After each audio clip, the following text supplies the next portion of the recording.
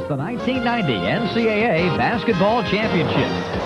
Brought to you by Rawlings Sporting Goods, maker of the official ball of the NCAA Basketball Championships. By Pizza Hut.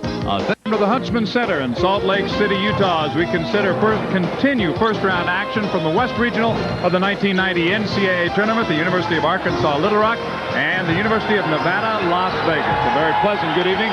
I'm John Sanders along with Bruce Larson. Let's talk about these Trojans from UALR. They've got to shoot the basketball and shoot it well if they're going to win here tonight. Well, I think you're right, John. Both teams like to play an up-tempo game, but UNLV has an advantage with power inside and size and quickness.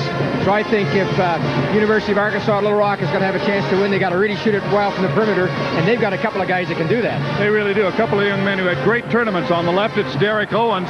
He hit 13 in a row in the championship game. Carl Brown, 10 of 13 three-pointers in the semifinal game. Well, you know, if they can shoot that well in this particular ball game, that'll really make a difference for them, because I think they're going to have trouble getting the ball inside and getting anything done. So these two guys are probably the key for the University of Arkansas Little Rock to win tonight. They had great tournaments. So did a fellow for UNLV by the name of Stacey Ogman. Kind of quiet during the regular season, but coming on strong right now. We watched Ogman's career out in the West, and he's been their defensive leader for the first couple of years.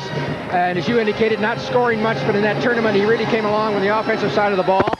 And if he adds that to his defensive prowess, then boy, UNLV on a roll with that tournament play could go all the way. They had 3 great games in winning the Big West tournament. Of course, they've also got the strength inside with Larry Johnson and David Butler. They are the top seed in the West. The Runnin' Rebels starting in search of an NCAA championship tonight in Salt Lake City. We'll have the starters right after this.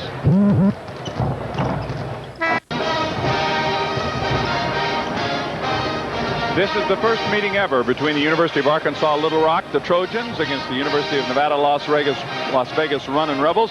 Jerry Tarkanian had a tremendous record in 17 years at the helm of UNLV, 443 victories. 15 times he's taken his teams to the NCAA tournament, and a great run also at Little Rock for their head coach Mike Newell. 3 NCAAs, a couple of NITs. They've had 5 straight 20-victory seasons. He is in his 6th season there. So we have the Trojans, the University of Arkansas Little Rock, a record of 20-9, against the Runnin' Rebels from the University of Nevada, Las Vegas. The Rebels are 29-5. They won the Big West tournament. Arkansas Little Rock winning the Trans-America tournament. We're just about set for the opening tip. And to handle the starters for both the Rebels and the Trojans, the public address announcer here is Mike Runge. Mike. Ladies and gentlemen, introducing the starting lineups for tonight's first round game between the University of Arkansas at Little Rock Trojans and the University of Nevada, Las Vegas Rebels. For Arkansas Little Rock, at forward, a 6'4" senior from Gary, Indiana, number 23, Derek Owens. For UNLV, at forward, a 6'7" junior from Dallas, Texas, number 4, Larry Johnson. For Arkansas Little Rock, at forward, a 6'6" sophomore from Detroit, Michigan, number 44, James Womack. For UNLV, at forward, a 6'8" junior from Pasadena, California, number 32, Stacey Ogman. For Arkansas Little Rock, at center, a 6'7" sophomore from Minneapolis, Minnesota, number 21, Rob Wade. For UNLV, at center, a 6'10" senior from Washington, D.C., number 00, David Butler. For Arkansas Little Rock, at guard, a 6'2" junior from Gary, Indiana, number 11, James Scott. For UNLV, at guard, a 6'1.5" sophomore from Detroit, Michigan, number 12, Andrew Anderson Hunt. For Arkansas Little Rock, at guard, a 5'10" senior from Detroit, Michigan, number 32, Carl Brown. And for UNLV, at guard, a 6'2" junior from Las Vegas, Nevada, number 50, Greg Anthony. Now please welcome the coach for the University of Arkansas Little Rock, Mr. Mike Newell. And the coach for UNLV, Mr. Jerry Tarkanian. We have met the participants. The starters and the coaches have been introduced. We'll return to the Huntsman Center with the opening tip-off right after these messages. behind the leads is a minivan for kids with parents. And along with Bruce Event Center, obviously a big size difference, and it favors the Runnin' Rebels here, Bruce. Well, it does. Quickness-wise, maybe the two teams match up pretty well. They both like to play an up-tempo kind of game with a lot of pressure on defense. You'd think maybe University of Arkansas Little Rock would like to change that, not try to run the court with the Rebels, but I think they can't play any other way, and they've got to take their chances that they're shooting well. But the difference is inside with UNLV over the smaller, maybe quicker. I don't know. I think quickness. University of Nevada, Las Vegas has great quickness inside as well as size, as you well know from that tourney participation that you had. Mickey Crowley will be the referee. Terry Stout and Dan Chrisman will be the umpires. That's Mickey with the basketball. We are set to go. Game 3, the earlier winners here in Salt Lake City. Ball State in a thriller over Oregon State and Louisville, starting in search of another NCAA championship with a victory earlier over Idaho. And in white, the Runnin' Rebels have the basketball. Anthony out in front, over 8 assists per game. UNLV comes out in the zone. And Hunt with a three-pointer. It won't go. Anthony gets it back inside to Augman. Up, left-hander, puts it home. Well, Stacey Augman is kind of their alley-oop guy. They set their out-of-bounds plays for him, and you'll probably see some more of those as the ball game goes along. He's 6'8", very mobile. First time up for Carl Brown, only 5 feet 10 inches tall. But he works the baseline, has it stripped away by Augman. You've got Hunt in front. This is the transition game. Looking for the alley-oop, and they've got it. Well, that's 2 alley-oops for Augman already in the first minute of the ball game. 6'8", Anderson Hunt, about 6'1", great lob pass.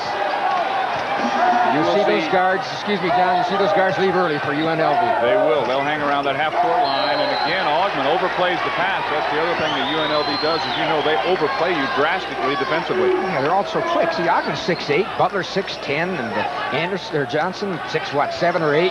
All quick along with the guards. They're just as quick as the guards, maybe quicker inside. They mishandled the inbound pass, and here they come again. Augman trailing, Butler trailing, but that will not count because Anderson Hunt traveled in trying to go behind his back. Well, that's 3 possessions by University of Arkansas Little Rock, and they turn it over 3 times. Up-tempo, quick break, transition game for University of Nevada, Las Vegas. Very, very quick. Maybe some early tension on the part of the Trojans. It's thrown away, and again, Anthony overplaying Carl Brown to that right-hand side. So keying the inbound play will be James Scott. He will someday be UALR's all-time leading scorer before his career is finished. He's a junior from Gary, Indiana. Well, nothing fun to scoring as a freshman. Freshman newcomer of the year in that league. He's not scoring as much in these next 2 years, but again, he's making better shot selection and doing some things better. The baseline and draws the foul. He's shooting a lot less as his career has gone along than he did early on. Well, I think that indicates he's making better shot selection and probably shooting a better percentage, not scoring quite as much. But he's got a better supporting cast right now. He doesn't have to carry that load. And next to Pete Newell is his young son, just to his left, who told his dad he didn't want to play the bald-headed guy. You want to play the Bulldogs. Who's the Bulldogs? Well, they're the last team in the conference. Doesn't take long for these young coaches to be to know who you want to play. Absolutely. And when and where you want to play. Doesn't seem to bother Jerry Tarkanian who, when, or where. Rebels 29-5 coming in. Their losses were to Kansas, Oklahoma, New Mexico State, LSU, and Santa Barbara. And Santa Barbara opening with a victory for the Big West. Yeah, that's great for the Big West. The unhappiness there, some of it over the fact that Long Beach did not make it. Augman tried to go to Johnson, and Scott backpedaling picked it off as they sagged inside. That's some great athletic ability by Scott. He's quick and he can jump. He's probably got the best athletic skills on that University of Arkansas Little Rock team. But as you pointed out, they really haven't handled the ball very well so far when they've been on offense. Anthony right at the top of the circle. Augman skips it to Hunt in the corner. Inside, Butler turns into the lane, won't get the roll. Rebound to Scott. This is Carl Brown, number 32. He pulls up. He likes those long-range threes, misses it. Scott up to try to battle for the rebound. And the Trojans will have it. So the University of Arkansas Little Rock down 4-2 after the first 2 minutes of the game. We talked about James Scott. He's a good rebounder for the size he has. 5'8", almost 6 rebounds a game. And you saw him go from his guard position there, off guard, and get a hand on that board and almost get a tip. And he has great jumping ability. The penetration by Owens off the glass, and it rattles home. It was Owens who hit 13 in a row in the championship games. The springboard for career-high 33 for him. He has a reputation of a great glass shooter, and Coach John Wooden was a great exponent of that particular kind of shot. Shoot it off the glass anytime you can. You got a target to shoot at. Augman went for the three, came up empty. Johnson did not handle the rebound. So with the game tied at 4, the Trojans looking for their first lead. Owens again, and it's blocked away. A 2-on-1 between Anthony and Hunt. It'll be Hunt for the basket. 2 quick guards handle the ball going down the court without a pad, without a dribble. Straight across. I was impressed with Owens' quick move to the baseline. He's got some good quickness. So those 3 perimeter people for UNLV have good quickness, but they got to shoot it well. And I think a lot of things that people don't know about the University of Nevada, Las Vegas is that they're a very good defensive team. Just excellent. They really pressure you all over, contest all passes, and pressure the ball. So they're not going to get any uncontested shots in that 3-point area. The foul is on James Womack, a senior from Detroit. It seems like the areas of Gary, Indiana, Detroit, Michigan, they've had a pipeline into that part of the country. Have the Trojans. Well, they shot it well. You talk about shooting it well. They are on a streak. Shot 58% in their tournament. That's compared to only 44% in the regular season. Butler is fouled as he went up along the baseline. They shot 66 in the final game. In fact, they shot 74% in the final 20 minutes. And I think that's the kind of a game they're probably going to have to compensate for the disadvantage they're up against as far as the size and quickness of the University of Nevada, Las Vegas inside. And the last couple times down, we've seen a little more of UNLV trying to pound it inside, and that's what they'll do out of the half-court offense. They love the transition game, and if they go to half-court, well, they'll try to beat you inside. Butler has really improved as a foul shooter. He's at 74% for the season coming in. And look back to what Butler did last year. He shot only 61%. Yeah, he's really improved this whole game. A junior college transfer, a great player in junior college out of San Jacinto. And UNLV program has really, they've dealt with a lot of junior college players through the years. Done a good job with them. Tarkanian was a junior college coach for a number of years. Owens out top to Brown. Down the lane he comes. Has it blocked by Johnson. University of Arkansas Little Rock will keep it. Trojans down by 3. 16-24 to play in the first half. And Mike Newell up, working the sidelines a bit. Well, Brown's built like a halfback. He's 5'11". A lot of people feel he's the best player in the country under 6 feet. Weaves his way in the tall territory, and it's 4-on-1. Anthony. Augman finishes it off. Well, that's 3 dunks for Augman in the ball game in the first 4 minutes. That's the way he is playing coming out of the Big West tournament. UNLV out to its biggest lead of the first half. They're up by 5. Womack right at the foul line. It nestles in. Well, James averaging 13 a game, gets his first 2 tonight. Here comes Augman hanging along the baseline, and he bends it home. Count it. So Stacey Augman, red hot, coming out of Long Beach, stays that way. Now, Stacey Augman was the player of the year in that conference last year. He didn't even make this conference all-conference team this year. All he got was honorable mention. He didn't make the second team. His teammate, that's right. And his teammate comes along, a junior college transfer by the name of Larry Johnson. A lot of people feel is the best player in the country. And he's the most valuable player of the year. So they've had the most valuable player in that conference the last 2 consecutive years. Maybe more before that even, probably. We have the first substitution. Tony Jones, who is a 7-footer, comes in. He'll pick it up for Womack, who's in early foul trouble with 3. UNLV has a 6-point lead. We'll be back to Salt Lake City in just a minute. Mark and Rennie. And Played just over 4 minutes here in Salt Lake City. Right in the foothills of the Wasatch Mountains, the campus of the University of Utah. And we've seen the transition game of UNLV pay off already. It has, and we indicated at the top of the show that both teams would probably play the up-tempo game. They've been playing it all year, and that's the programs that these coaches, or philosophies these coaches espouse. Mike Newell under Billy Tubbs at Oklahoma, I'm sure he picked up some of that there. And Jerry Tarkanian has played this way for a number of years. Brown outside, gets some help from Scott.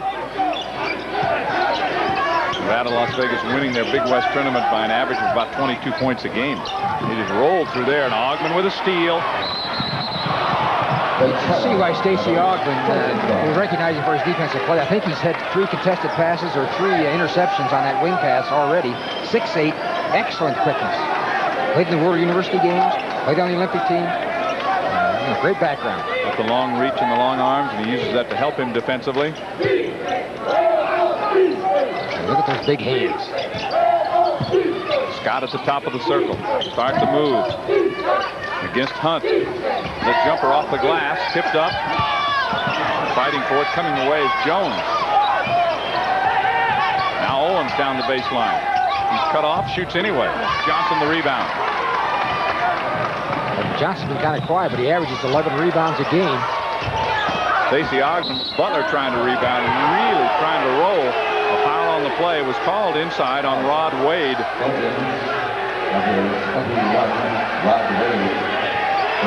You might say UNLV not very physical inside. Butler's only about 200 pounds at 6'10", but very, very quick. Johnson gives them their physical strength at 6'7", and about 235. The quick entry to Butler. Go back out to Hunt. Reset to their point guard, Greg Anthony. Threw it away. Johnson looked to the corner and there was nobody there. Keep in mind that Greg Anthony has done a great job in becoming a point guard. When he started his collegiate career at the University of Portland, he was a two guard. He was a shooting guard. That's right. He left Las Vegas and went to Portland, and then that's his home in Las Vegas, and came back. And has been a real factor in this he is Rebel having, basketball team. and he's had, of course, the broken jaw. His jaw is wired. What they'll do is loosen a little bit. They'll tighten it before the game. Brown with the jumper. Rattles out. Johnson the rebound. To Anthony. To Hunt. Scoop shot won't go, and Brown picks up the foul. The first on Carl. Well, that's the transition. They really look to the wing immediately to get that fast break started. Well, whether it's a made, steal, it's much easier to get your transition going after a steal, and of course UNLV does that very, very well. But then even after a basket, they're going to push the ball on the floor on you, so you really have to run the court well with your defensive players to contain this group. And I'm sure they figured with a 7-footer in there, they could beat him down the floor with Butler or Johnson, depending on who he covers. Hunt rolls it home. That's a great call to Stacey Ogden had at 6'8". He can really run the floor. Who do you cover him with? You put a small, quick guy on him, and he goes over the top of you. You put a bigger, stronger guy on him, he runs right by him. So the matchups are really tough. They really are. It's an 8-point lead now for UNLV. As they're in front of the University of Arkansas at Little Rock. Coach Mike Newell's team. A year ago, losers to Louisville in the first round of the tournament. We've got a foul called inside, I believe, on Larry Johnson. They played well against Louisville. 6-point loss, 76, 5-point loss. Yeah, something like that. We should go back a couple years before that, back to '86, when they surprised everybody and really started to get some national prominence with a big win in the NCAA tournament over Notre Dame. Brown for three. He loves it. That can keep him close. He shoots 44%. That cuts the 8-point lead to 5. Augman inside to Butler. This goes right back up. It won't go. And the rebound to Tony Jones. Brown pushes it to Scott against Hunt. Knocked out of bounds by Butler. Jones already scores 2 points a game. They're hoping they can get some playing time out of him and maybe combat that size a little bit. I think what they're looking for is a few minutes from him because he's not played extensively. The foul is on Stacey Augman. That'll be 2 on him. And I'm impressed with the quickness of the University of Arkansas Little Rock, especially on the perimeter. Owens and Brown and Scott.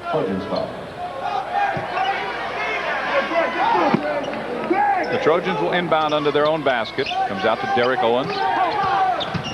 He pulls up for a jumper off the lane, used the glass, but too hard. And backing out to pick up the foul was Butler. Now there's something that University of Nevada, Las Vegas does a little different. They show zone on the out-of-bounds play, and then as soon as you get the ball in, they go right to their man-to-man. Most teams will either stay man-to-man or stay in zone, so that's been effective for them. Well, Butler picks up the personal foul. It's his first. Baseline jumper a little bit short by Wade, and Augman, with those long arms, scoops up the rebound. 14-9, Nevada's Las Vegas, and they find Butler. He's banged on the play, and the foul will be called. So David Butler will go back to the line. You talk to Coach Jerry Tarkanian, if there's a deficiency or a weakness in this Rebel basketball team, it might be in depth inside. They're a little concerned that they don't have big size. They got Moses Scurry who'll come in at 6'7" and give them some physical strength. But after that, they're a little concerned. They lost But George Ackles, who's 6'10", they're redshirting him, so he'll be back next year. But they probably could use him for inside depth if they go along in the tournament. David Butler is 2 out of 3 at the line. Number 30 checking into the lineup. You see right in the mid-right of your screen at the foul line is David Hall. There are 2 Halls. Derek Hall, David Hall, not related. Second one rolled in by Butler. And they're real lookalikes. They're both about 6'5", one out of Hammond, Indiana, and one out of Detroit. Leading scorer of Detroit High School last year. True freshman. They really don't have any depth on this basketball team. They're really hurting for depth. And they're missing a couple of players because Dwayne Booker, a neck injury in the tournament. He is out here. John Johnson, a broken hand. He's out. Penetration by Scott. He lays it home. So they only dress 10 men. Back they come. Butler missed the shot. The rebound to the big man, Tony Jones. Oh, we saw a great move by Scott, and we saw a great transition game by UNLV. There's Johnson with a block. The Rebels save it. Here's Butler. Missed the shot. Ogman the follow. Well, those are big kids that are running that court that well. But again, the great quickness of the University of Arkansas, Las Vegas. If they could just hang on to the ball a little bit better. Brown will slow it down a bit. Moses Scurry set to check in for UNLV. Derek Hall is about to come in, I think. He got up for the University of Arkansas Little Rock. When you press as much as the Rebels do, that allows people who have quickness to drive around you, and the Trojans have been able to do that early. Rod Wade hits from the side. 5-point lead as we approach the 12-minute mark. Time remaining in the first half. The Rebels in front. They've led from the beginning. Baseline jumper, good. Butler with 5 in the game. That's his first field goal. And he's 6'10", inside player, but he's got that 10 to 12-foot range as they open him out against that zone defense on the baseline. No points so far for Larry Johnson. I don't think he's taken a shot, has he? No, he has not. Here's Wade. Hall. Brown will battle Greg Anthony. Anthony will be in space all night long. There's a timeout called by the University of Arkansas Little Rock. We have 11:27 remaining in the first half. It's Nevada Las Vegas 20 and Arkansas Little Rock 13. Las Vegas leading by 7, and they can turn it around in a hurry as the block leads to the break. Well, they average 5 block shots a game, a little bit over 5, so that means every ball game you start to play against the University of Nevada, Las Vegas, you're 0 for 5. So even if you hit the next 5 shots, you're 50%, but you still start out in the hole, so that's a great asset to have, and they've got that quality with those great jumping athletes in that back line. Obviously the difference, UNLV owning the fast break points so far. Travis Bice has checked into the ball game. We mentioned Moses Scurry coming in, but Bice as well is on. He's replaced Anderson Hunt. So Anthony and Bice now are the guards, and on the way in, the foul was called on Greg Anthony. Greg Anthony, despite the fact that he does have his jaw wired, got a technical foul in the Big West tournament. And the official said to him, keep your mouth shut, which is hard for him not to do. I asked him about it. He said, well, it was more my gestures than it was anything I said, because I said, he can't really hear me. Well, he picked one up in the Arizona game, too. In the Arizona game, he had to wear a mask, and that was the first game, I think, that he played after he broke that jaw. And he got one for the same reason. Bice in there, number 13, is really a 3-point shooter, 6'4", real slender kid, about 144 or 45 pounds. Sideways, you can't see him. Owen, deep in that corner. Vegas defense forces him out, but he works the baseline, tipped up. Johnson handles the rebound inside. Looks to Anthony. Here's Bice. That's almost a set shot. He stopped, popped, and scored. He's playing more and more. He is coming back from the bout with the chicken pox and getting more playing time. You can see his body, the slender body he has, and if he had something like that, he'd really have a tough time recovering probably as far as physical stamina is concerned. And when you play for the Rebels, you really got to play defense first if you're going to get a chance to play. Owens with it outside. A lot of minutes so far by Tony Jones. Owens lost control. Johnson has it. And that was very close to an intentional foul. I think Derek Owens is pressing a little bit. He's coming off a great game. He was the most valuable player in that tournament, and I think he feels he has to maybe carry the load in this game. And he's penetrating and getting by those big guys, but with a guy like Ogman covering him, he's really having a tough time getting some points on the board. 35 Please go to the ticket office immediately. Larry Johnson was off and running. Not much that could be done except for the foul. We're in the bonus, so Johnson will go to the line. Has not scored in the game. What a good free throw shooter out of junior college. Player of the year in junior college last year. Played in the World Games for Gene Cady at Purdue. An undefeated team, gold medal winner. A lot of people feel he's the best basketball player, collegiate player in the nation. And I think after Gary Payton's performance in that first ball game here, that if Johnson can win, his team can win and go on, he's got a better chance of making some of those awards.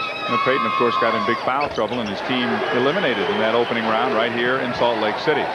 We have some great individual players on the court here in Salt Lake and around the country as the NCAA tournament for 1990 is underway. I guess we can brag a little bit. The only region with 2 All-American, first-team All-American. That's right. Here comes Scott.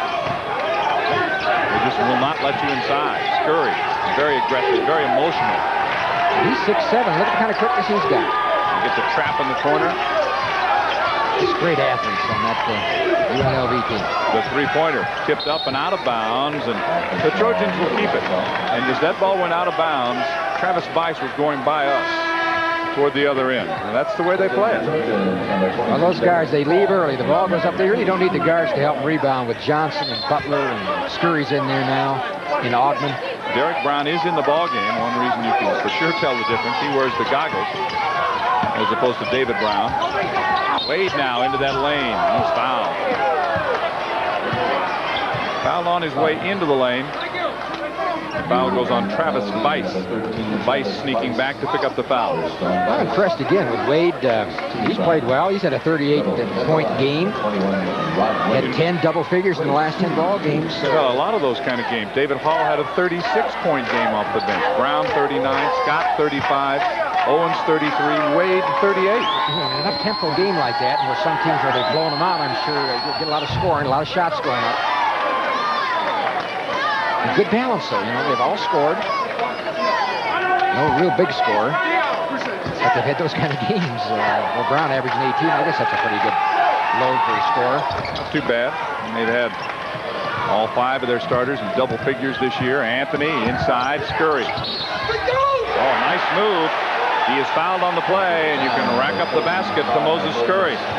Well, Scurry started off and on. He's a 50% shooter inside. He's not a very good free throw shooter, but he's strong and he's quick. And he is emotional. You know, the combination of skill, big people with skills. You know, we've seen some others. Louisville had a lot of these kinds of players, but there aren't a lot of teams in the country that get the number of players that UNLV does inside, who are big, also quick, and in this case, also strong.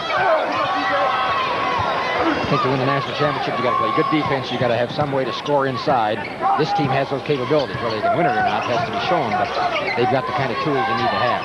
And just because they score in the 90s does not mean that they don't play good defense. They absolutely do. And the blocking foul is going to go against the Trojans. The foul is called, and trying to set the screen was James Scott, so we will walk to the other end. And the Rebels will be shooting. Their biggest lead of the first half is 26-14, and we are midway through.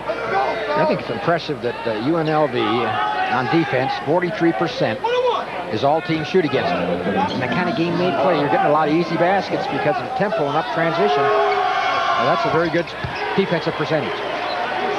Good start for Stacey Augmon. Midway through the first half, he's got a dozen already. His average, 13.5 a game.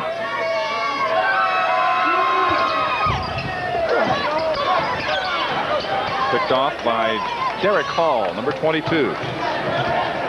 Reset to James Scott. Of course, they're missing a guy they thought would play a lot of point guard. Yorick Brown, he's on the bench with an Achilles tendon. His career is over. And Jeff Cummings, their big man, 6'10", 6'11". He's missed a year because of academics. Line drive left-hander. Derek Hall rings up a 3. That's the leading scorer in the Detroit high school scholastic system. Out of bounds underneath, and it'll belong to the Trojans. The University of Arkansas Little Rock. Butler checks back in the game. Anderson Hunt is also coming back in the game. Now, you mentioned his great scoring in high school. I thought it was very interesting to note that he once scored 32 points in 1 quarter. In an 8-minute span of time, he scored 32 points. I think that makes him a streak shooter. What was his average? 27.1, something like that in high school? He got 55 in that particular game. 32 of them in 1 8-minute quarter. University of Arkansas lost. They thought they would have the best, or Little Rock thought they would have the best guard depth they'd ever had. And all of a sudden, boy, another turnover. Stianovich with a steal. Anderson Hunt's turn to jam. Well, he's only 6'1". I would guess that all the starting five from the UNLV could jam the ball. I've never seen Greg Anthony stuff it, but I'm sure he could. I'm sure he can. Stianovich in there, so Jerry Tarkanian is going to that bench, which he is worried about, and he took some blame for that. He said, maybe it's my fault the bench isn't better. Here's Owens. He's got a 3. I don't think he's too concerned about his perimeter bench, but he is about the big people inside. Derek Hall with a steal. 9-point lead for UNLV. Wade's got a 3 underway. Augman to Stianovich. For 3 in the corner, it's Hunt, and it's short. Tipped up, and a foul called on the play. Well, Hunt has good speed, but he's pretty much a perimeter or set shooter on that three-point shot. He hasn't shot a lot of them in this ball game because they've gotten the ball inside so well. Well, he can be very, very good, but when he's off, the outside game becomes a bit of a problem for UNLV. Yeah, he's a pretty streak shooter, and Anthony probably is not as good a perimeter shooter as Hunt as far as consistent performance. Figure out who the shooter is going to be. Now, Tim Gergerich, one of the assistants for UNLV, up to point out that it was not Derek Brown who wanted to shoot the foul shots. Instead, it'll be Tony Jones. There's a little difference in ability as far as foul shooting is concerned between those two. I think it's playing time, but it looks like Jones is going to get more playing time than he's had maybe all year in this ball game. He can stamina-wise hang with the Rebels. Well, the early 3 fouls on Womack. Owens gets it back. He turns for 3. Brown is fouled as he scrambled in there for the rebound. Moses Scurry picks up the foul. His first of the game. Augman and Butler each have 2, and we mentioned Womack. He's the only player for either team with 3 fouls. That's Tim Gergerich with the multicolored sweater, who's been there 10 years helping out Jerry Tarkanian. Yeah, he was a head coach at Pittsburgh University and came with the Tark, and has been very helpful. You see a lot of assistant coaches in this day who have had head coaching experience, and we see it in the Pac-10 coming back to get back into the game as assistants. This guy's 6'4", and you saw him go up with Butler on that board and got inside of him. Those are 2 good-looking freshmen. The 2 Hall twins, I guess you could call them, even though they got different names. Almost identical kind of bodies. One's left-handed. That's how I'm able to tell them apart. And goggles, I guess. Well, he hits the pair at the line. We'll have a break. 7:53 remaining in the first half. It's UNLV 29, University of Arkansas Little Rock 22. We'll be back after these words from your local station. This is an NCAA Productions telecast. Along with Bruce Larson, I'm John Sanders. We're in Salt Lake City. First round action in the West Regional for the NCAA tournament here in 1990. And the top seed, UNLV, has been up by as many as 12. Right now they've sliced into that lead just a bit. The lead is down to 7, and you can see a number we expected to see, much more scoring from UNLV inside than from the University of Arkansas Little Rock. Well, I think you're right, and they've stayed in their zone pretty much the whole half. UNLV has been patient against the zone and had to play 5-on-5 and done a good job of getting it inside. Inside-outside action right now. Stianovich brings it back to Hunt. Still plenty of time, 20 seconds on the shot clock.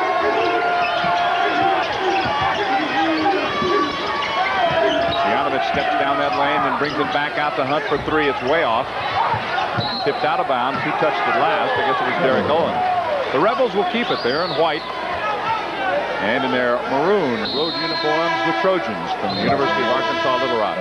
On the back line of that defense, John, they're 6'6", and they're 6'7", and they're 6'4". And in the front line that they're competing against, it's 6'7", Johnson just coming in. And the 6'10", Butler, and 6'8", Augman. No, Augman's going out. So that's Young, and he's about the same size. Yeah, they didn't lose any size in that deal. Although Young is much more of a perimeter player than he is an inside player. He's a good shooter from the outside. Travis Bice is also back on right now for UNLV. Gets it to Johnson. Turns around on that baseline and it nestles home. That's what he does so well. His first shot of the game, and it's a beauty. He's 1 for 1. He shoots 63%. That's 8th in the nation. And he's just so tough around that basket. This is David Brown. A little bit of a seam that time, and then Owens got himself hung up in the air, didn't know what to do. The result, a turnover, and the Rebels get it back. Owens really, you can see where he had a triple-double for University of Arkansas Little Rock, first one in the school's history. You know, that's a great feat. I know there's been 2 triple-doubles in the Pac-10 with Gary Payton at Oregon State, and Johnson, who's now playing for the Suns. Second basket off the bench for Travis Bice. Now they like his shooting. 33-22. Scott fouled by Sianovich on the way in. It'll be a 1-and-1. Stacy Sianovich, shoulder problem for him during the season. They've had 10 different players who've missed because of injuries, suspensions, something. The only guy that's played in every game this year is Larry Johnson. That's a good guy to have, played every game for you, and that's probably led to some of the great stats that he's put on the board. I think what's happening, UNLV is going to probably have to give up a lot of fouls. With the quickness of University of Arkansas Little Rock, they're able to penetrate with that extended defense. And, of course, the older people, 2 reserves in there now, they can afford to give some fouls. Scott with his first miss at the line tonight. And it's the front end of the 1-and-1. See Young, he'll move out on that wing. Right now, Butler and Johnson inside, and Sianovich, Bice, and Young on the outside.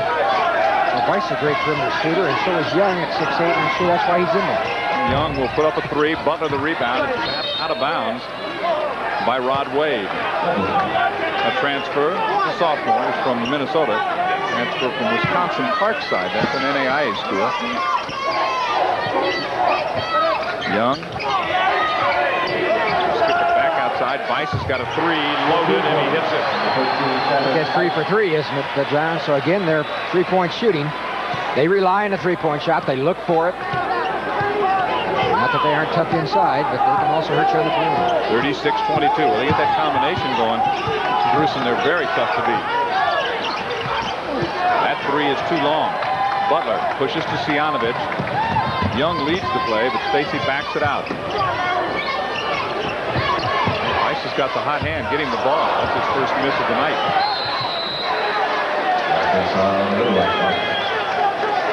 Mike Newell, what a great job he has done in Little Rock. Sianovich will leave. Greg Anthony checks back in. One of the good young coaches in the country. Great background, great training. Was a great high school player. I think he still holds a record for Purdue Mackey Arena with 54 points in a high school game. Won Sam Houston State. Graduated, what, 1973, I believe? He's more than just a coach. He's also the athletic director and spends a lot of his time involved in fundraising to make sure that this university's basketball program and their other athletic endeavors have the finances they need. So it's been hard work. That's been great for the community. No football to worry about, though. That's another asset. They've turned it around basketball-wise at the University of Arkansas Little Rock and the NCAAs again this year. Scott squeezes his way inside.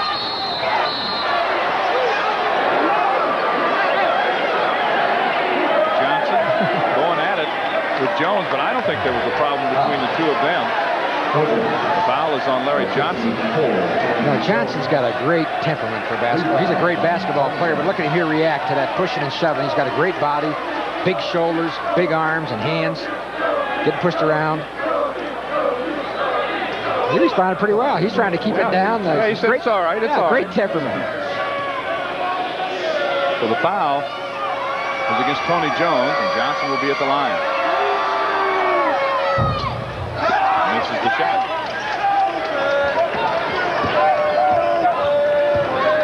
You saw his teammate from junior college play for Idaho, and he just about gave the Louisville Cardinals a little trouble early in that ballgame. He's 6'8". You can imagine those 2 guys playing on the same junior college team. They did. Reach-in foul on Travis Bice. That's his second. We're talking about Riley Smith, who did have a heck of a game. I think he had 28 points in losing. They played together at Odessa Junior College in Texas. Johnson is out of Dallas, high school in Dallas. Went to junior college, signed first with SMU, and decided not to go and went to the junior college. And ends up with Jerry Tarkanian at the University of Nevada in Las Vegas. So Derek Hall checking out as Owens returns and misses the foul shot by Wade. Back come the Rebels. They've got a 14-point lead. That's their biggest of the first half. Tarkanian has substituted freely in the early going. baseline, back out to Anthony. Inside they go again. Johnson's turnaround was blocked that time. Back comes Brown. He's fouled on the way. Anthony's disagreeing with that call, but it's probably a good thing he called it because he had two if he hadn't done it. Anthony picks up his second personal foul. He, Augman, and Butler each with a pair so far.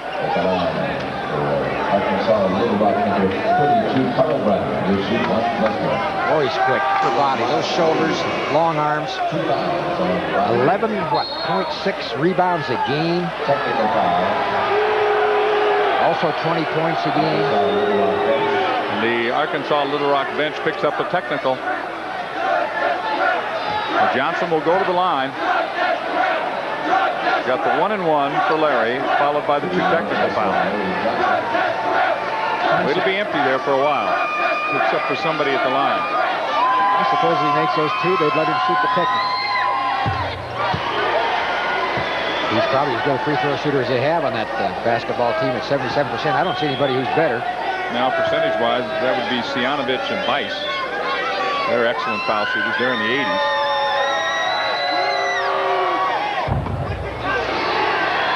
Johnson has made 4 out of 5. He's going to stay right there. You're right. Tarkanian points him. Hey, stay there. Keep making them.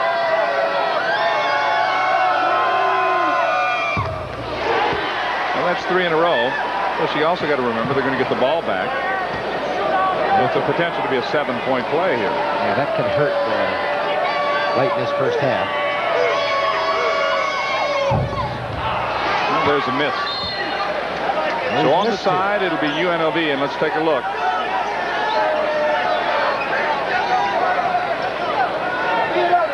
He thought it was terrible. Yeah, the only T that was involved was for technical, as it turned out. 17-point lead, and Nevada, Las Vegas has the basketball back.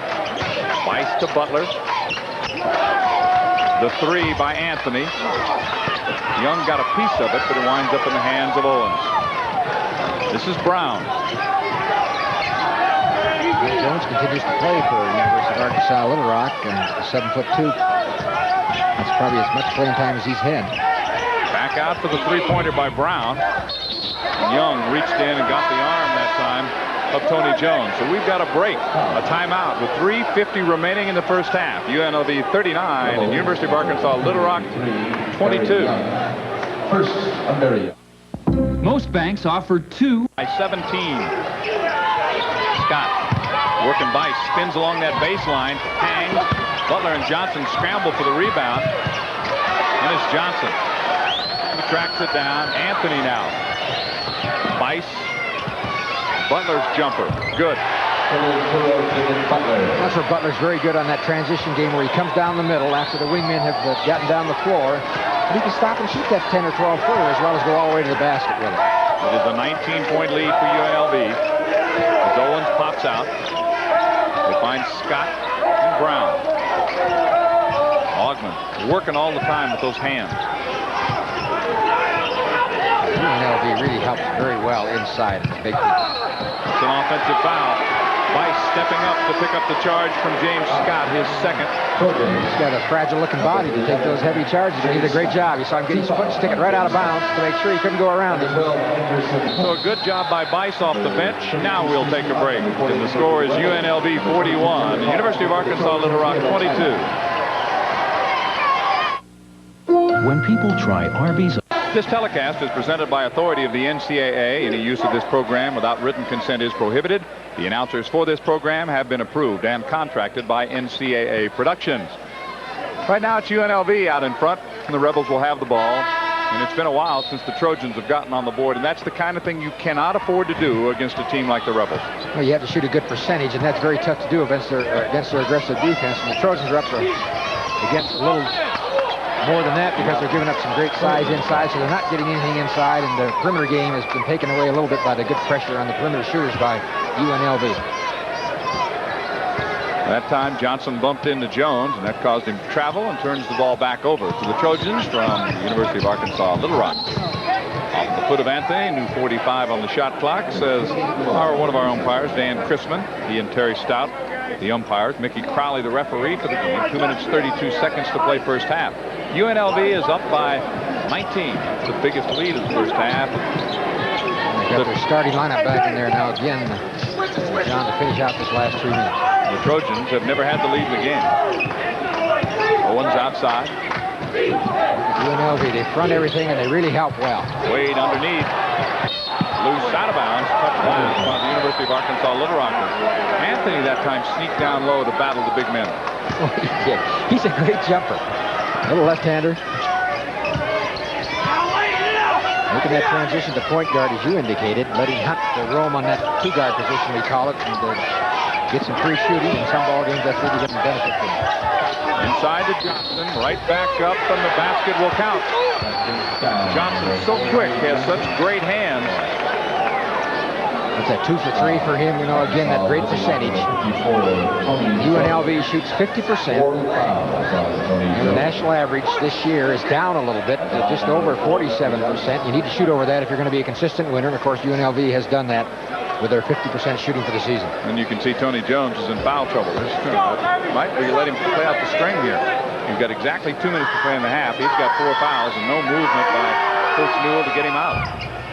Johnson finishes off the three-point play. The University of Arkansas Little Rock lost to Cummings Academics, another 6'11" player. They thought they'd really have some size and strength, and they've had to rely on their quickness. Really came along at the end of the season. Finished third in the conference, but had a couple of big wins in the tournament to earn the right to go to the NCAA tournament. From the Transamerica Athletic Conference.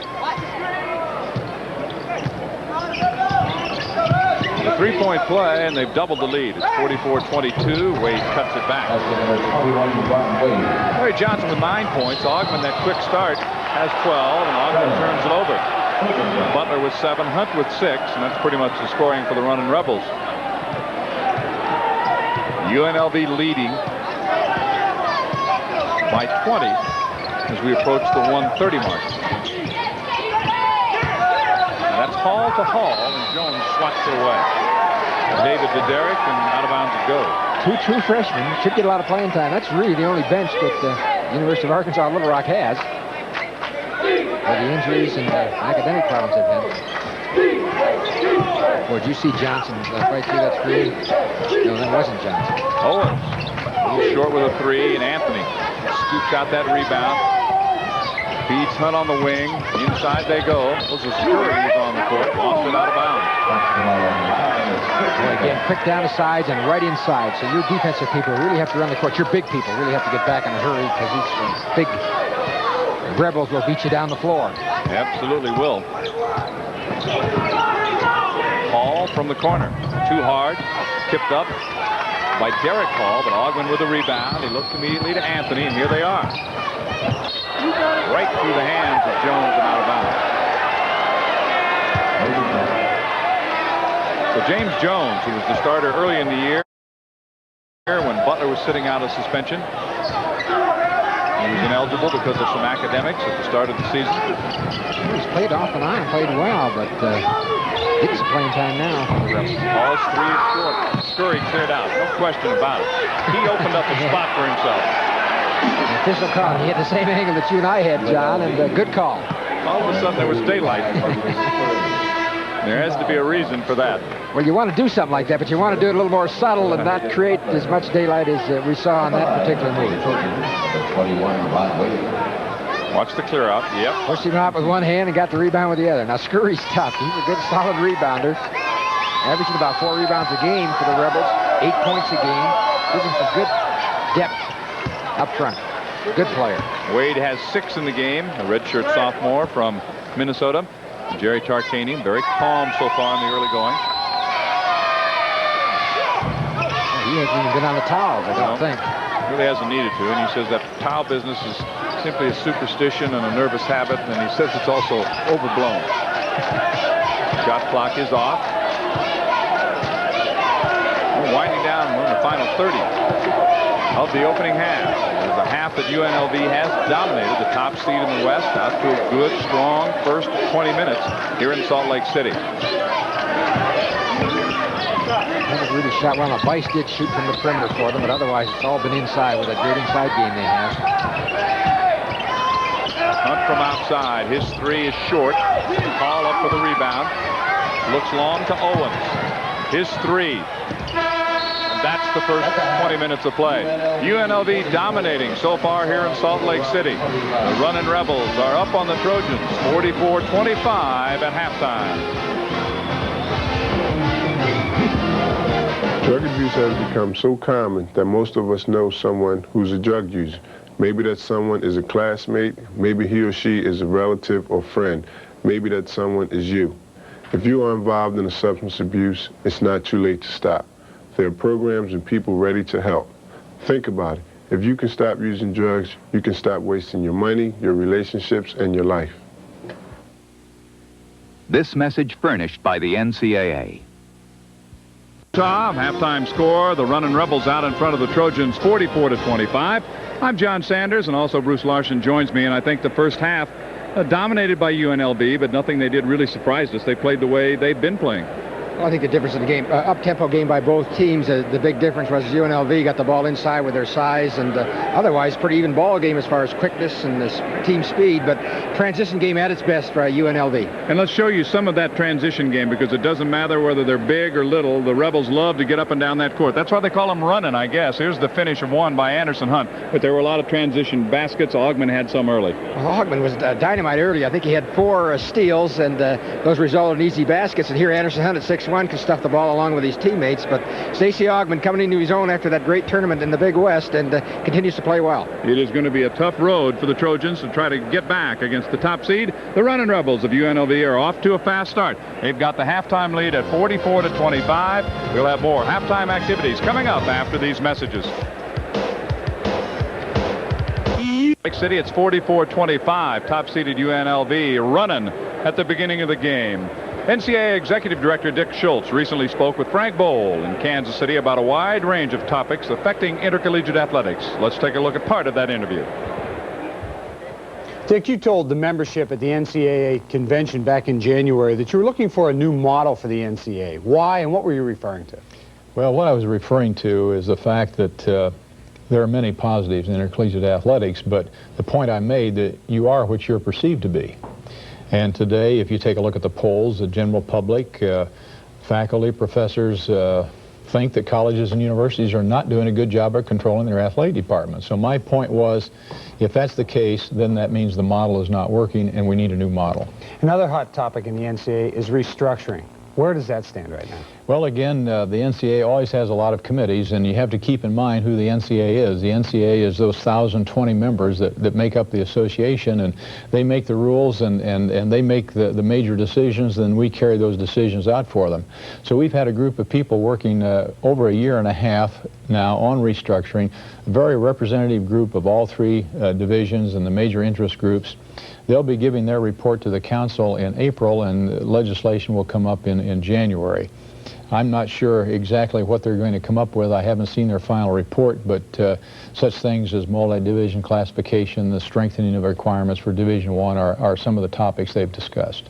It's interesting now you see a lot of interaction between the coaches and the presidents of the university. I think that's really what you're working towards, isn't it? It is, and I think one of the real pluses that came out of the January convention, even though it was a tough convention and there were some intense floor fights, was that out of that grew a realization that there needed to be better communication between presidents, conference commissioners, athletic directors, and coaches.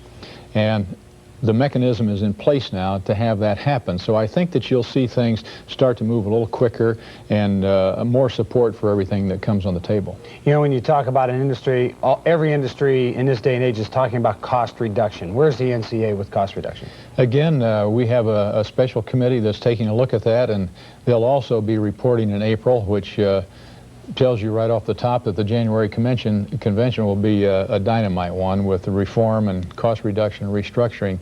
But I think that what you're going to see is probably a potential reduction of scholarships across the board, limitations on recruiting activities, trying to zero in on some of those things that are very, very expensive, but yet questionable when it comes to cost effectiveness. I think one of the really tough things, too, you talk about season reduction. people just say, well, you know, get the athletes back in the classroom. But it's not that simple, is it? I mean, there are a lot of factors involved here. No, it certainly isn't. And really the steps that were taken in January at the convention in reducing the basketball schedule and putting some stricter limitations on spring football is really a small step forward.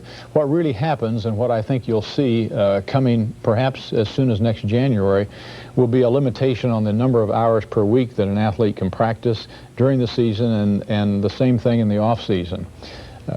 Athletes are telling us very plainly that they just don't have enough time during the season to be the kind of student they like to be, and they don't have enough time in the off season to do the things that other students do. So we need to respond to that, and quickly. Okay, Dick Schultz, thanks for joining us. My pleasure. Well, here's one for you in the NCAA tournament. Arkansas hanging on to beat Princeton 68-64. We have the University of Arkansas Little Rock involved in this game against the top seed UNLV. We'll be back to talk with some of the school officials from both universities right after this. Mark. And we welcome you back once again to Salt Lake City, Utah. 44-25. UNLV leads at halftime. We mentioned we would have some of the university officials with us. We do. And to my right is Dr. Brad Rothermel. He is the athletic director at the University of Nevada, Las Vegas. And on my left is Dr. Gary Chamberlain, who happens to be president of the University of Arkansas system. We want to talk to both. And first of all, Dr. Rothermel, congratulations to you and the Rebels. I know you must be very proud and pleased to be the top seed. That means you're the team that's expected to go through this West and move on to the Final Four. So it's quite an honor. Well, we hope so, but we just like to get the games done tonight. You know, we have a good lead at halftime, but that doesn't necessarily mean anything. But we are proud. We've had a great year both on our women's and men's side. I was going to say, I saw both teams last week in Long Beach, and you have to be proud of both because they're both representing your school so well in NCAA play. We have great coaches on both sides and excellent athletes, and usually that means things will go well for you. All right. Well, congratulations once again. Great to be with you. Thank you. All righty. We are delighted to have UNLV here, of course, and also kind of double duty for Dr. Chamberlain, I guess. You have to kind of keep one eye on Arkansas and one eye on Arkansas Little Rock. Congratulations on both counts. Thank you very much. We're very proud that we just got the score a moment ago that the Razorbacks won. We're still hoping for a good second half here. Well, I know that at the University of Arkansas Little Rock, so much has gone in and effort and time to build the basketball program and the athletic program there, so you're all to be commended for an excellent job. Yes, it is a young program, actually only 5 or 6 years. And in that 5 years, we've been to NCAA tournament 3 times, NIT twice. So it's a growing program, and it's doing very well. All right, congratulations to both. We've got the University of Arkansas Little Rock, and we've got the University of Nevada, Las Vegas, and we've got more basketball. Second half is coming up right after this. It's 44-25 at halftime here in Salt Lake City, Utah. The Runnin' Rebels dominating the scoreboard at halftime. What about the rest of the statistical breakdown of this first half of play? It shapes up like this. Well, the big difference is right there in the first one. Field goal percentage. UNLV shooting 23%. That's their lowest of the year going in at halftime. We indicated they had a great shooting percentage in the tournament, but it's that pressure defense that's made the difference. 23, 47 for the Rebels. They're 49 for the year, so free throws are close. Rebounds, those are even. Everything's pretty even except that shooting percentage, and that's the difference in the ball game. Scoring, balanced from the Trojans, but just not enough. And, of course, Augman and Johnson leading the way. A great start for Stacey Augman.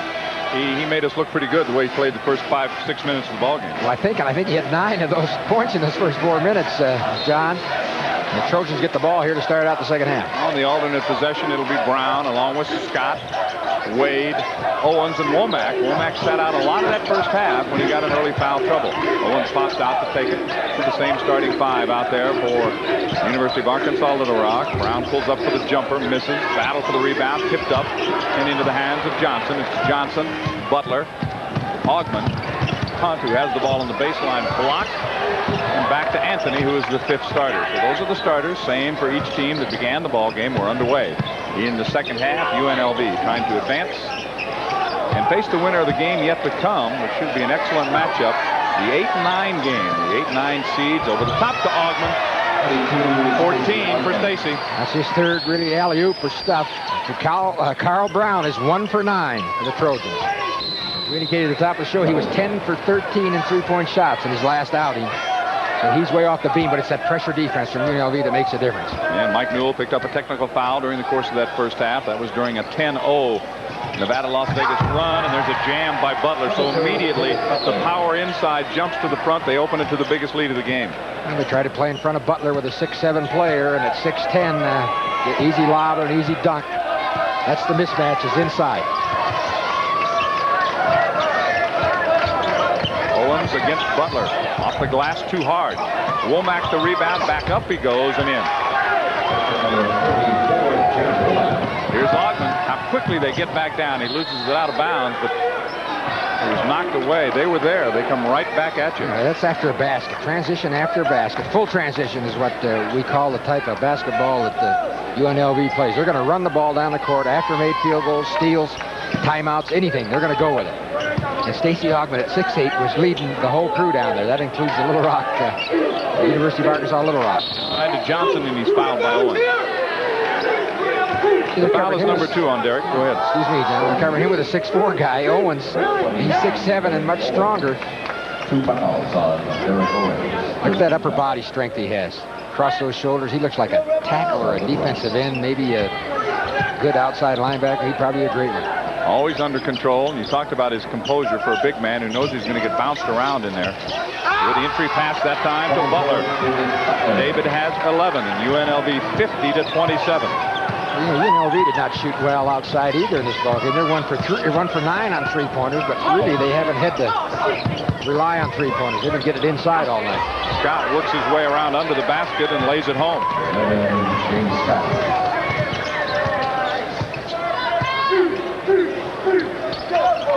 The Running Rebels wearing those black stripes on their uniforms throughout the tournament in memory of Hank Gathers. Well, I think these first 5 baskets have all been lay-ins the second half, haven't they? In fact, the 4 have been stuffs or alley-oops. They have been close range, no question about that. That'll help your shooting percentage in a hurry. A collision under the basket, and the foul is called on Rebels, number 50, Greg Anthony. It's 3 on Greg. He came up limping, too, after a little collision. Looks like he got kneed, maybe, or stepped on an ankle. He ran into his own people down there. He ran into Anderson Hunt. But as we return to live action on the inbounds play, the ball is turned back to UNLV. As you look at the percentage of the inside people from UNLV, Ogman's at 54%, Johnson 63, Butler at 49 is probably, you'd like to have him a little higher, but overall, those threesome, that's the kind of percentage you want from your inside people. Owens knocked it away. Brown comes up with it. Scott waits for somebody to break, and it's Owens. Wade starts to move down that lane. He's fouled. The basket went. I think they're going to count it. Good strong move by Wade. Only 6'7", but 215 pounds. Over Butler at 6'10", and over the help. That is 3 fouls now on Butler. Wade had 6 points at halftime. He was the leading scorer for the Trojans. Hit only 2 of 5 at the line, though, in the first half. And a chance for him to go to 9 in the game. But it rattles out. Oh, with a guy with sure hands, you won't see him do that very often. He took his eye off the ball. He was looking for that lead pass, the outlet to Anthony. They were going to be off and running, and he just dropped it out of bounds. Well, Johnson got 8 rebounds the first half. He's well on his way to his career high of 16. He's had that 4 times. 16 rebounds in a game. That's a lot of rebounds. Brown comes right back to Anthony, and here they come. Womack recovers to pick it off. 4 on 2. Womack pulls up at the foul line for the jumper. And Larry Johnson now sets up a 3-on-1 the other way. Hunt cruises in to lay it home. Very solid example of the good hands that Larry Johnson has. We indicated he just knocked one out of bounds, but he came back and made a great play there. It's 54-31. UNLV. The top seed in the West, showing why they earned that top seed. Wade works that baseline, no place to go. Owens for 3. From behind, I think we've got a foul. And Owens again, the other, we indicated at the top of the show, would have to score well. He hit 13 shots in a row in the last ball game. I think he's probably missed 13 shots in this ball game. As we look at the stats at halftime for University of Arkansas Little Rock, Carl Brown was 1 for 9, and Owens was 2 for 8, so 25%. And what, about 10%? So they're way off what they really needed to shoot to keep this basketball team in this game. That will not get it done. The foul on Johnson is his second. Owens goes baseline, up and off the glass and in. 7 points now for Derek Owens. Stacy Cianovich has checked into the lineup for UNLV. He's the only player on that UNLV team that was on their Final Four team. What, 87 was it? 87. They've been in the Final Four in 77 and 87. He's got a dad, Lou, who's a great coach. He played for him. I just read in the LA papers coming over here that he's having another great year at Santa Clara. Anderson Hunt makes it a 24-point spread as he hits 3. Hunt now in double figures.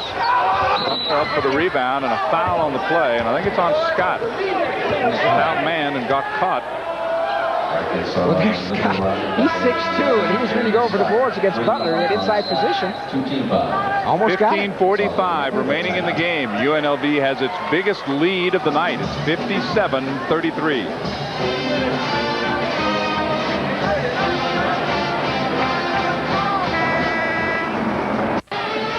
With 15:45 to play, 4 of the UNLV starters are already in double figures as they lead the Trojans by 24 points, and UNLV will have the basketball. Larry Johnson, who celebrated his 21st birthday yesterday here in Salt Lake City. Tarkanian commented on the fact that this is his best balanced team as far as scoring, but he's had some good teams where he didn't have balanced scoring, so he's not too concerned that he has balanced scoring. He just wants the people that can score to score. Whether it comes from 3 or 5. He doesn't know if that balance is really necessary. He said it's nice. What really counts, I guess, is the final score, no matter who gets it. He said, we've had role players who weren't supposed to score, and that's fine. Johnson will go to the line. The kind of players he's got here, you know, they have roles they fill as well as they all got scoring ability. So I think that's kind of a plus to have with Augman and Johnson and Butler, big guys that can play inside and shoot the 12 and 10-footer, and they can still rebound. And Johnson would be the kind of guy that if he just rebounded, he could play for this squad. He wouldn't have to do anything else. Well, despite all of his publicity coming in, Larry Johnson just fit right into the program. He's had 21 double-doubles. That's over half the game. That's amazing. 13 points for him. He'll have another double-double before this one's over. Womack backs away, misses everything. Johnson the rebound. Butler, he's got Hunt and Augman. Augman overran the pass a bit, stayed with it, tips it up once, twice, and finally ripping it out of there is James Womack. Into the lane for the jumper, comes right back out. So Owens can't hit. Cianovich settles the ball down. 15 minutes to go in the game. UNLV leading by 25.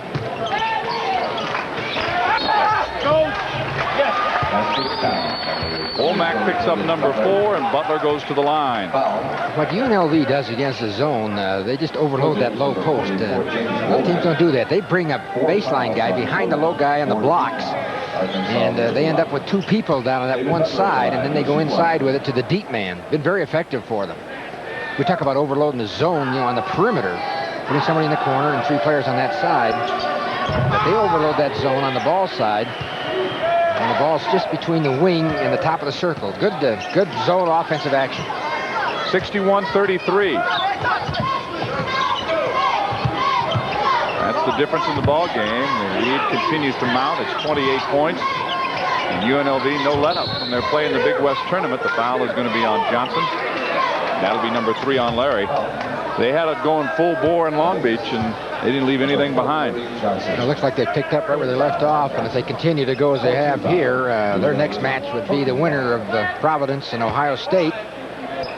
And they're in the same bracket with Louisville. If they both continue to win, they would run into each other, and Louisville probably has the kind of personnel that matches up better with this team than any of the teams are going to play in the next couple of rounds. Eventually, who knows? Maybe Arizona. Well, I think you got to have a team that's got big people that can run, and Arizona has that. So that would be a great matchup. Brown's 3 is too hard. Hunt the rebound. Arizona UNLV played in the top 16 last year, and Anderson Hunt hit a shot at the buzzer to win it for UNLV. They could very well meet in that same situation this year. Butler at the foul line. Augman thought about the 3, instead goes back to Butler. Augman. Great foul. Caught the ball in the air, and you saw the athletic ability he has to shoot it before he came down. 30-point lead now for UNLV. You talk about their play in the tournament last year. They defeated Idaho, DePaul, and on that shot they beat Arizona, and then lost big numbers to Seton Hall, 84-61. Of course, the Hall was really on a roll. And I think the emotional aspect of it, UNLV had gotten beat by Arizona in Tucson earlier in the year, so they were really ready to play. They knew they had to play hard to beat that great Arizona team, and they didn't have anything left for Seton Hall. And Seton Hall was physical and took advantage of it. Owens with his second three-pointer of the game. So that's why I think you can't get too emotional in the tournament play. You got 6 games if you're going to do it, and you got to take them, one at a time and try to give the same kind of equal emotional effort at all times, so you don't expend yourself too much in one game. Hunt misses the 3. Scott the rebound. Of course, all the coaches here have talked about the same thing, Bruce. They talked about playing defense as being the key to doing well in the tournament. Oh, I think it is, no question. Defense for a good basketball team, you got to have a sound defense. And we saw that in the ball game with Ball State and Oregon State. Good, solid defense gives you a chance to win. Ogman? Nope. That'll be a travel. It was showtime, but the curtain came down before the first act. He knows he's going out of the ball game in a hurry. Tark wasn't too pleased with that. He hasn't seen that play before. It's all right in practice. Well, the slam dunk contest, that might be worth about an 8 or a 9. Did he make it? Yeah.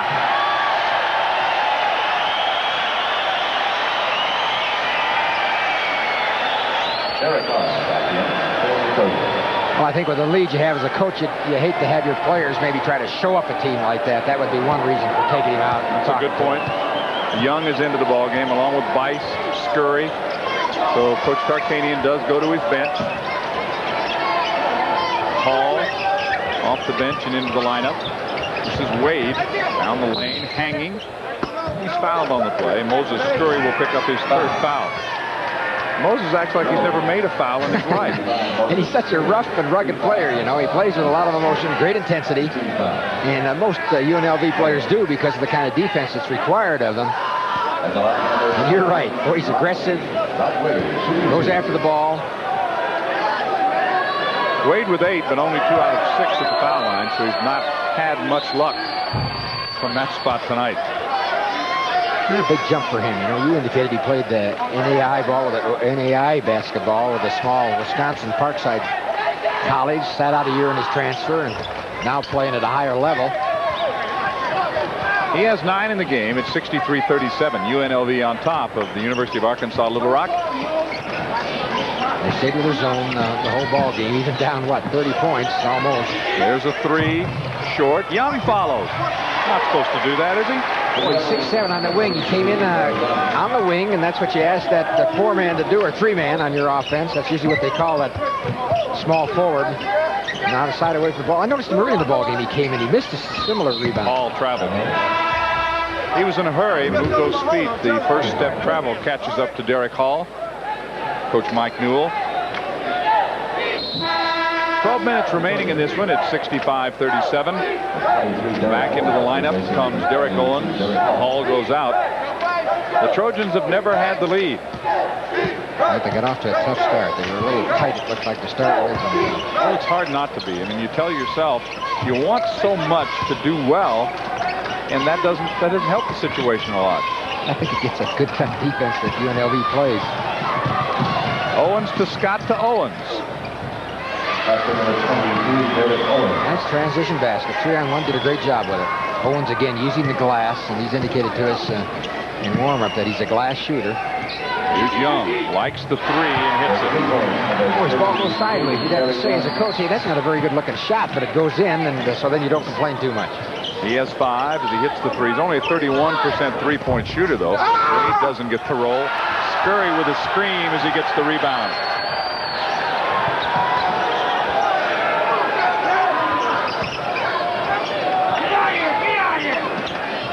Bice to Scurry along that baseline. Great skip pass, which really opens up the lane inside. UNLV does a lot of good things. A well-coached team. 70-39. Basketball is a fairly simple game, inside and then outside, and UNLV exhibit a good example of that here today. All inside. 10:44 remaining in the game. UNLV 70, University of Arkansas Little Rock 39. University of Arkansas Little Rock is down 70-39. It's the biggest lead that UNLV has had so far. I'm John Sanders along with Bruce Larson. Let's face it, the Rebels got it cooking. They're going on all cylinders right now. They are. I think University of Arkansas Little Rock would like to have that rule that they experimented with in their conference, in the Trans-American Athletic Conference. They played with 6 fouls. And with the lack of depth they have, they really like that rule. The other thing they did, they experimented with the three-point shot. If you foul a shooter on three-point shot, you get 3 free throws instead of 2. And the coaches like both rules. They go for it. Young with his second straight 3. 8 points for Barry Young. 73-39. They said in that three-point shot they didn't see very many of those. There weren't many fouls on three-point shooting. Here's Brown behind his back. Hits the shot. It has been a long dry spell for Carl since that early three-pointer. That's right. He started out with 1 and then 0 for 8. It's a long ways from his 10 for 13 and 39 points that he got in the semifinal game in that tournament. Cianovich on there right now. We're inside that 10-minute mark. Young kicks it to Bice. A little strong. And there's a rebound or foul on the rebound called on James Jones. Oh, Jones picks up the foul. UNLV has 6. University of Arkansas Little Rock with 4 team fouls. And there's not a lot sometimes that a coach like Mike Newell can do. When it starts to go bad and you let a team like this get up on you and you see that LSU has ended one of the strings in NCAA tournament play as Hall tries the shot. First time that Rolly Massimino has not won an opening round game in the NCAA, but LSU took care of that. Well, LSU has, again, the kind of a team that probably could go a long ways. They got a great size. They're young size, and they got the great guard in Jackson who can do it all. And they just haven't had a consistent year, you'd think, with all the big people they have. And again, I think as they play more and more and get more experience with those young freshmen, they'll be tougher. Well, they jumped out something like 23-8 in that game, and Villanova did get back to make a game of it. But LSU advancing on this opening day. More openers, of course, tomorrow. Back to Salt Lake on Saturday with 2 more games. And winners then advancing to Oakland, California. The eventual destination, of course, is Denver. Double figures now for Rod Wade. He's got 10. Look at the field this year of the 64 teams. The parity of basketball, I think maybe more interest in this year's tournament than any, because I think a lot of teams think they have a chance to win it. There's that Scott again, 6'2", he's around the basket. He got to be a postman instead of a 2-guard. That's the second foul on James Jones. Scott stays with it down there. 6'2" against the big guys. Great leaping ability, athletic, great management skills. Get up in the air, move the ball around, and still get it off the board. Against 2 6'8" and a 6'9" player in there. Talk about interest. We've got a good crowd here tonight. They're filled way up into the second tier. Capacity about 15,000 in this building. Of course, great following for UNLV. Well, they're pretty close. I think that's one reason they were in this. They could have sent them to Long Beach, and they drew well in Long Beach last week, as you were there, John. But they felt that probably Arizona would draw better at Long Beach than they would here. A little easier to get to Long Beach from Tucson, Arizona, than it is to get to Salt Lake. And Vegas, what, maybe 6 hours or 6... I don't know. 6 hours down the road? Thank goodness I didn't have to drive. 9 minutes to go. 73-45. Again, the foul will go on Jones. So James has picked up 3 quick fouls since coming off the bench. This might give Jerry Tarkanian a chance to develop some of that inside backup that he's probably going to need when he starts facing those bigger and more physical teams down the road. Well, that was very interesting that he talked yesterday about maybe his lack of bench strength being his fault, intimating that he had not used his bench in the proper fashion going along this season. I think he lost confidence in them early. They got early leads and he'd make changes, and they couldn't hold the leads or maintain them. Didn't expect him to build on the leads, but he felt that they could at least maintain it, and they weren't able to do that. And so he tried to pull back a little bit. I think that's probably what happened here. All 5 of the UNLV losses this year came to NCAA tournament teams. Scurry goes back up for the follow. They are 8-5 against NCAA tournament teams as they come in here. They play a very difficult schedule. I think that helps. You know, teams that do that, it's going to affect your win-loss record, but with the kind of program that UNLV has, and those national recognized teams, even if you lose, you don't lose a lot of ground if you lose to an NCAA contender. Long rebound that time by Barry Young, who's been going inside a little bit more. Bice takes the baseline and has to bring it back to Scurry. And I think you see more and more teams doing that. Of course, that's the thing that here's Jones. Hurts Little Rock or University of Arkansas Little Rock. They don't play that kind of a schedule, so this is kind of a tough game for them to handle. That's a 3 from Owens. Scott could not hang on. Scurry and Young form the 2-on-1. Young is hammered by Scott. That's 4 on James Scott.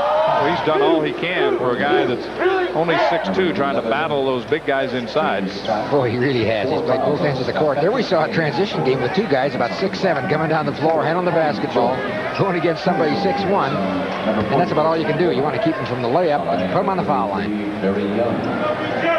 The Trojans of University of Arkansas Little Rock coming in at 20-9. They're 12-4 in the Trans-America play this year. Young at the line. Here's a guy that has a reputation of being a pretty good three-point shooter, but he doesn't have the stats that indicate he's a very good free throw shooter. So that should really tell you that not that good a shooter, but he hits those 2. And he's in double figures. 79-47. UNLV on top. We have 5:54 remaining in this game. With Bruce Larson, I'm John Sanders, and it's 79-47 here. Try to update some of the other games from around the country on this opening day of the NCAA tournament for 1990. As the Trojans bring the ball up, Oklahoma, a top seed, had a little bit of problem with Towson State. North Carolina opening with a win over Southwest Missouri State. And Arkansas, very tough battle against Princeton. Princeton again, close, but no cigar. 3-pointer that time by James Scott. He's got a dozen. Stianovich, Jones, Young, Scurry, and Bice. UNLV still staying in the zone. The follow inside, a foul called on Owens, and going back up for the shot was James Jones. So none of the starters are in there right now for UNLV. Number 23, Derek Owens. That's 3 on Derek Owens. He's going to put James Jones at the line. 16 fouls. Jones from San Jacinto Junior College. As you indicated, he did start for the Rebels early when Butler was not academically eligible that first part of the season, so he got some playing time. He played well. And his playing time went down, and maybe now he's back on track. Of course, I think in so many cases, and college basketball no difference, the opportunity is the key. You get a chance to play, you get a chance to show what you can do and develop your abilities. Yeah, I think sometimes that's tough on the bench. It is.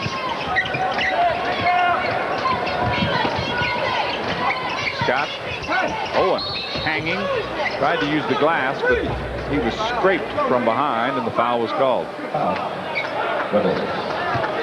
We saw a young man in the early ball game here, Chandler Thompson from Ball State. He built a lot like Owens, about 6'3" or 4. Big lower body, strong, about 220 pounds. And really had a great game against Oregon State. It was tough for Oregon State to match up with him. And this guy's similar, going to the basket, pulling up and moving the ball around and using his lower body strength to create some shooting opportunities. He is 6'4", very solid 200 pounds. 1 out of 2 at the line for Derek. 13 points. Rod Wade has 12. James Scott has 12. They are the leading scorers for the Trojans of the University of Arkansas Little Rock. Travis Bice will launch a 3. We have a foul on the rebound, moving into position. The foul goes on Moses Scurry. Oh, excuse me, it's not Moses Scurry, it's James Jones. In any case, it's 4. It would have been 4 on either player. Yeah, Coach Tarkanian may have to put his starters back in. I see Butler over there with some ice on his knee. I'll give him a chance to recover and get ready for that next round game.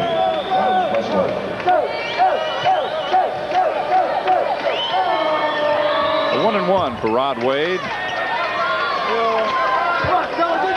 So far, Rod is 7 out of 13 at the line. He has 13 points in the game. So he spent a lot of time at that foul line. Just hasn't had a whole lot of success. 14 now for Rod. It's above his average. Right, and he gives him his 11th double point scored in a row. So he's been playing better for the Trojans.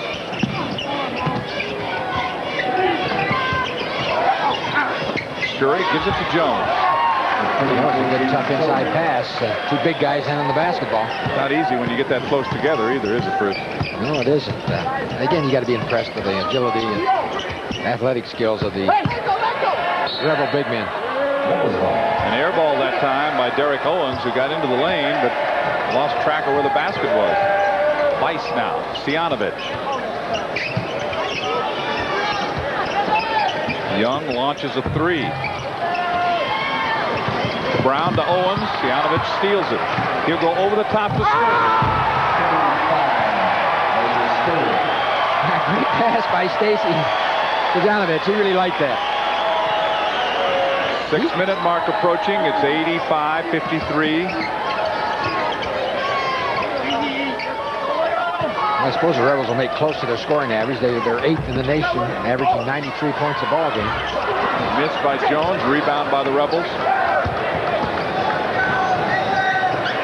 Weiss curls in a 2. 9 points for Travis Weiss.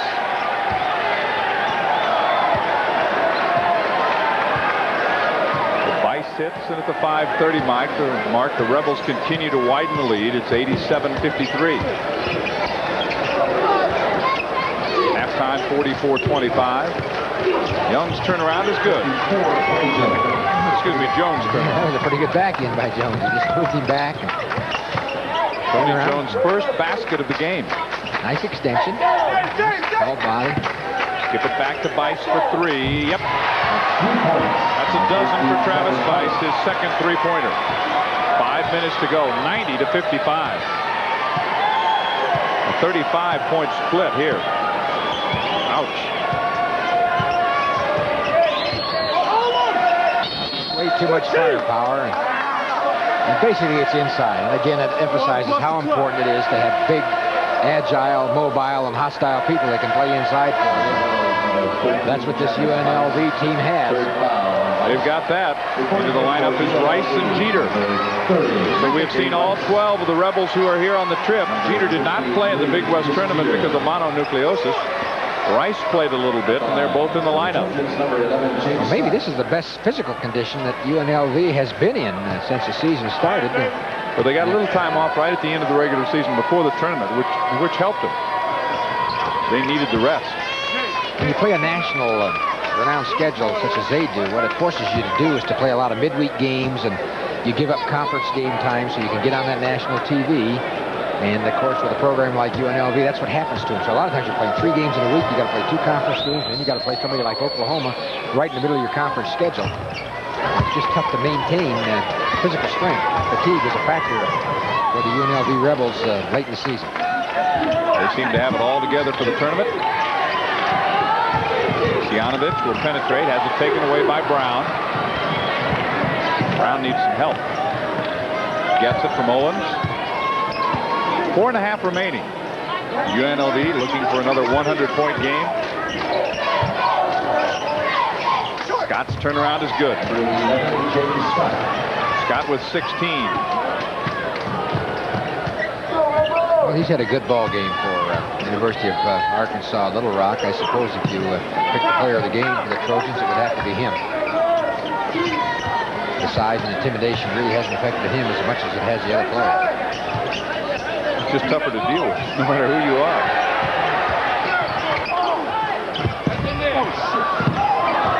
He's got people on the ground and trying to work his way up as Young. Jones is fouled. Foul will go on Tony Jones. He's gone. That's 5 fouls on Jones. Didn't play much in the second half after he picked up his 4th foul in the first half. He had bodies everywhere. So Tony Jones, who gets a lot of playing time, and he gets a nice handshake from his coach, Mike Newell. He says, good job. He had to play a lot of minutes. Had just that one nice basket. Well, he's really the only size that the University of Arkansas Little Rock has at 7'2". And he's a senior also, so they're going to have some filling in to do next year. No, I guess he's a sophomore. Is that right? Yeah, I've got him as a sophomore. He just came from West Ark Junior College. So I think he started at Arkansas Little Rock. Moved to junior college and came back, so he'll get some more playing time as the next couple of years. UNLV 92, University of Arkansas Little Rock 59. Out in front with 3:47 to play, along with Bruce Larson.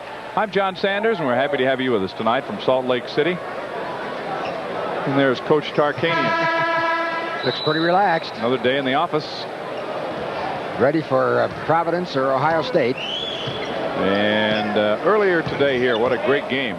Not necessarily in the caliber of play, but certainly in the excitement level at the end as a foul shot with time gone settled it. And then it was Louisville behind early, but they rallied. They really played tough the last 30 minutes of that game. Womack turning is fouled by Sianovich from behind. Those are the two teams who've advanced so far. Ball State and Louisville will play on Saturday. UNLV to take on the winner of the Ohio State-Providence game, which is a good matchup because Ohio State seeded 8th at 16 and 12. Providence seeded 9th at 17 and 11. You would think those 8 and 9 seeds would be the best games in the tournament because they should be the most evenly matched teams, and they usually are. Kind of interesting last year, not one 8-seed team won a game. All the 9 seeds beat the 8s. Last year. Whether that'll happen again this year or not, we'll have to wait and see. But usually those are the good games in this first round. I think that's a tribute to the seeding process if that's the case, because you know they're pretty even and could go either way. It's 92-61 here.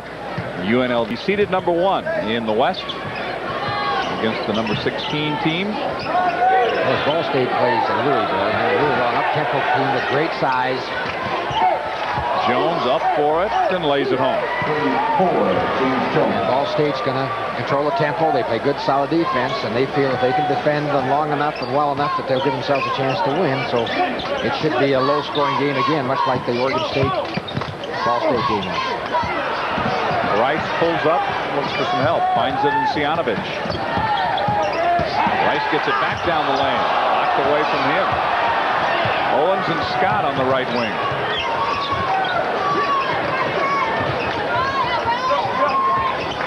Comes Owens, pulls up for the jumper and hits the bottom of the net. 15 points for Derek Owens. James Scott is working on 16. Carl Brown has just never gotten it going so far. He and Owens are the two seniors on that basketball team, so they got some good young players coming back. Sianovich with a long set shot that won't go. I think his teammates were trying to get him into the scoring column. Everybody else has scored for UNLV. Sianovich is not neither as Rice nor Jeter, but everybody else has. 9 players have scored. Owens again won't go. Sianovich the rebound.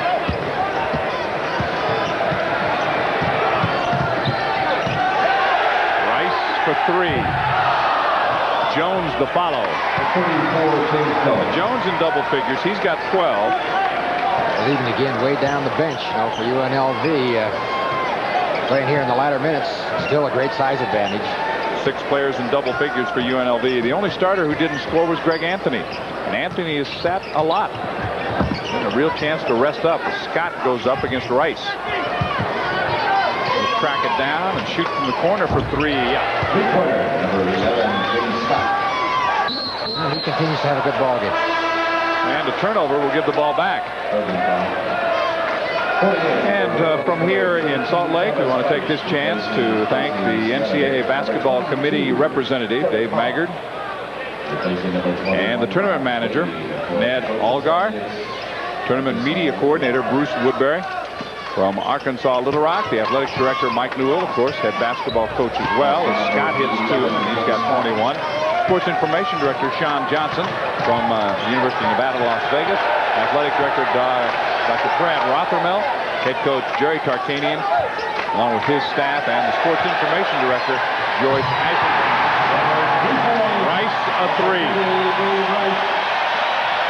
Same reaction from the fans as there was in the Big West tournament when he hit a 3. Hall. It looks like Coach Jerry Tarkanian is going to get his 28th NCAA win. That puts him 1 behind Coach Bob Knight of Indiana. He still ranks 4th.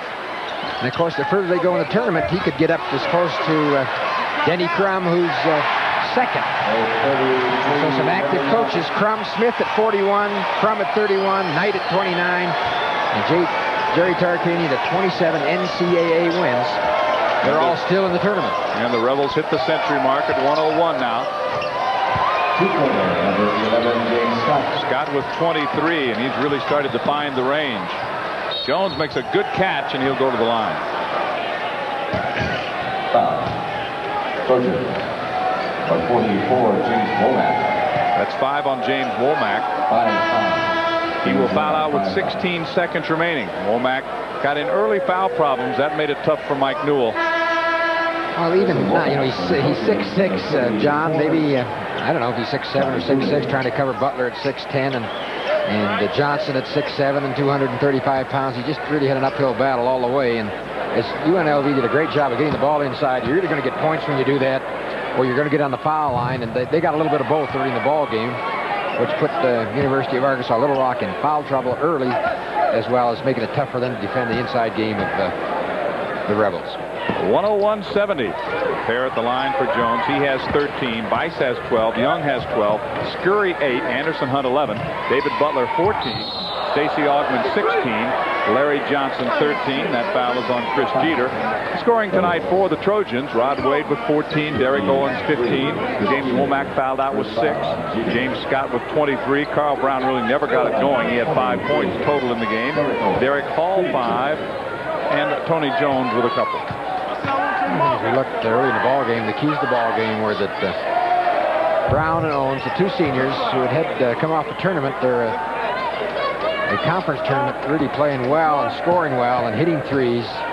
They just were not able to maintain that pace against this good UNLV team. And that cold shooting ran through the entire team. Finally stuck home by Owens. So Owens has 17 points. And that is it.